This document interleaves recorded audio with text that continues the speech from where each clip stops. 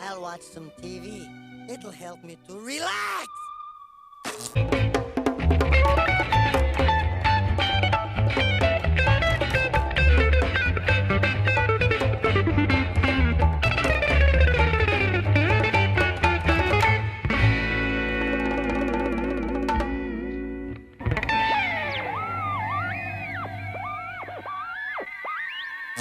Welcome back to the Ren and Stimpy recap. Last week we talked about Galoot Wranglers, and today we are taking a look at Ren Needs Help. And with these hands, I hold the fate of millions. Phenomenal title card. Not only is the imagery with the background really good, but so is the text and the music, which fits really well and sets up the episode perfectly.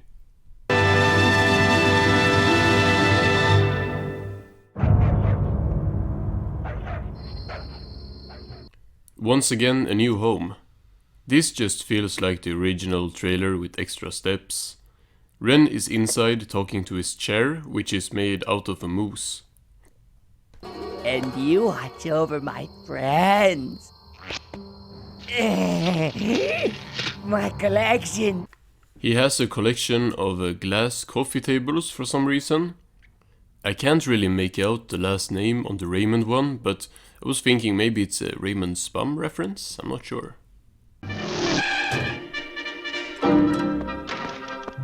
Oh, Ren, I'm back!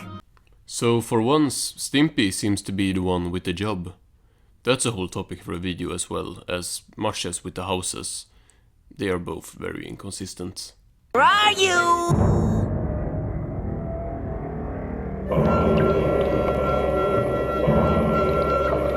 Now we are being spoiled right now with this much insanity right off the bat. I really enjoyed the sound design right there, and the shot of Ren in the tub is one of my favorites of the whole show, with or without music. You okay, Ren? Never been better. Stimpy closes the door and then starts playing golf indoors. SpongeBob really didn't have much original ideas, did he? Unfortunately, Stimpy hits the moose head on Ren's favorite chair. Mike!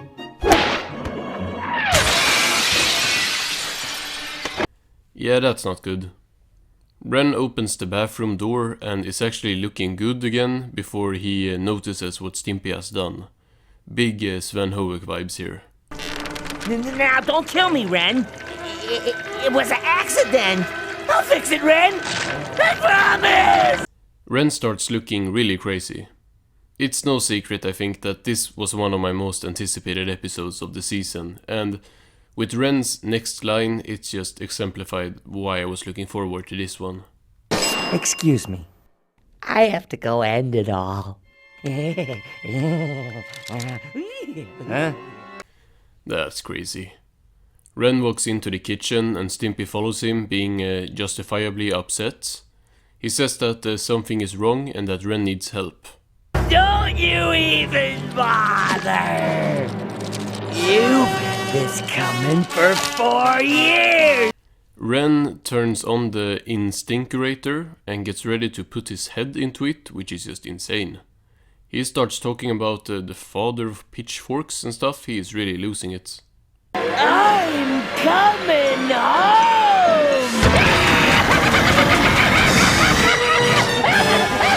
Stimpy screams in terror and says he must call the professionals, which seems really valid. He runs to the phone and asks for shady brain farms. Maybe not so valid. Ren needs help!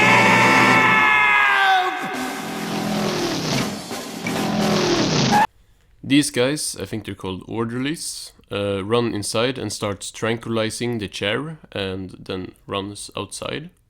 That's not Ren! That's Ren!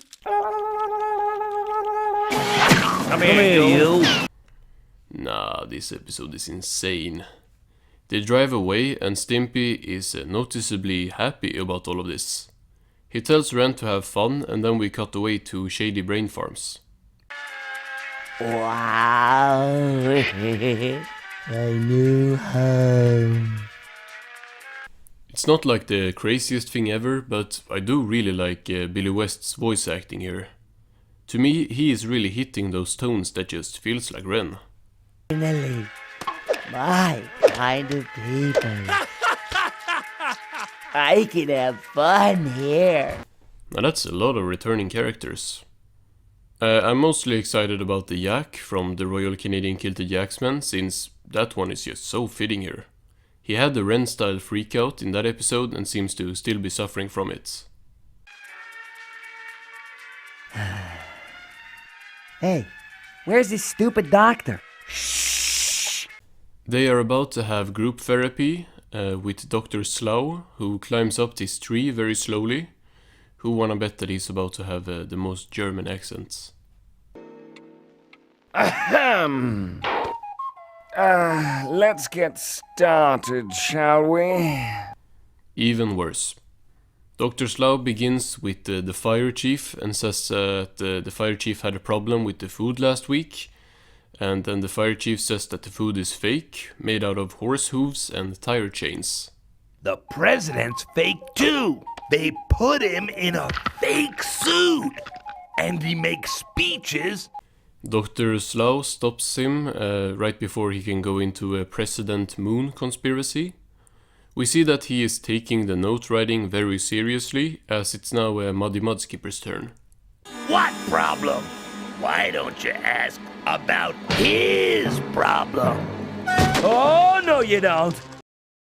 Muddy Mudskipper and the Yak has some beef, as the Yak has a big problem with the word cheese, which Muddy says, resulting in the Yak having an episode. He did it! Nah, not the cheese grater. At least it's like 10 times less graphic here. Dr. Slough presses his clock and two orderlies run in to contain the Jack. Mr. Hoek, would you like to share? I love this. Also, this track playing right now, it's called Smoldering Fury, is one of my favorites used in the whole show. Ren begins to talk about his roommate, Stimpy. He sometimes makes me mad, and Pray, continue. oh yeah!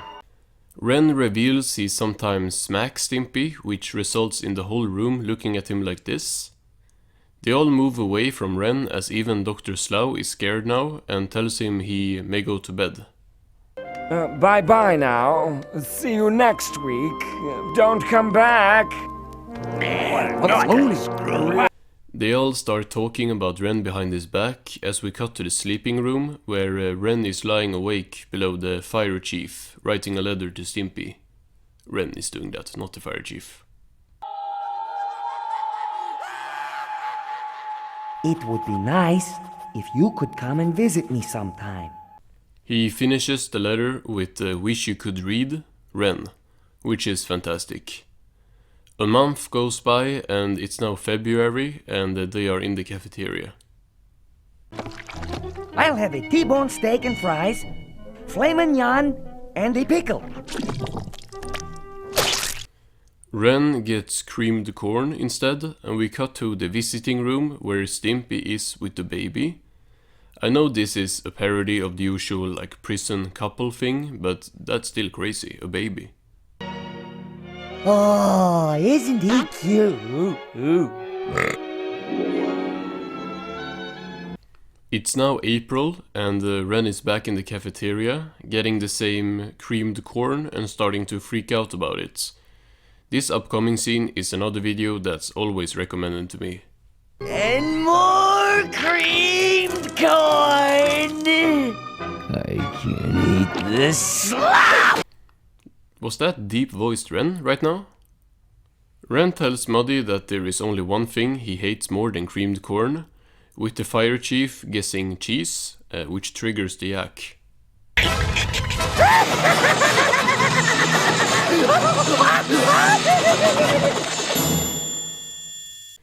Still not as bad as magical golden singing cheeses.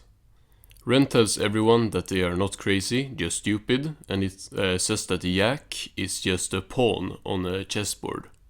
And you're not mad. You're just suffering from a post-traumatic, schizoholic brain blister. That cheers him up, and next Ren jumps to Muddy and tells him he is a victim of a undissolved childhood hemorrhoidical defense mechanism, whatever that means. Gentlemen, start your embolisms! Ren starts leading everyone to jump out of the window one by one. Then he laughs as orderlies run in to grab him as he makes some crazy facial expressions.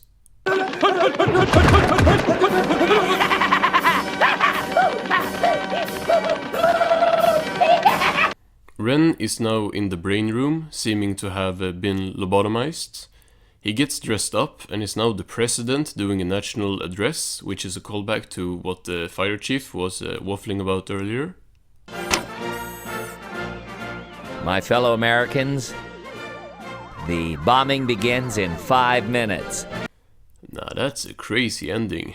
Very fitting to this crazy episode. I had big expectations going in, and for good reason. This is probably the most messed up episode of the show so far, and it was really an entertaining watch. Ren at his craziest is always a joy, and this whole plot being centered around his craziness from minute 1 was great. Now, if there is one complaint I have, it gotta be about the visuals. I don't know if it's just me, but I feel like they could have done way more with this episode, just when it comes to stuff like backgrounds and maybe detail shots. The story was crazy, but I don't think the visuals matched that as much as I would have liked. It doesn't drag the episode down much since the plot is still very strong, but it's just something I would have wished to see. The episode focused much more on Ren than Stimpy, with Stimpy only having the couple of minutes in the beginning, which made a lot of sense, and I think cutting back to him at home would have been really redundant for the episode, and we also have seen that already in episodes like Hermit Ren, so really the plot I have no complaints about the plot. Fun facts. Ren says in this episode that Stimpy has had it coming for 4 years, which is probably a reference to this show being on its 4th season. The wiki says this means at least 4 years has passed since the show began, like in universe, but I have to disagree since the two already knew each other in the first episode, so I think it's been more than that.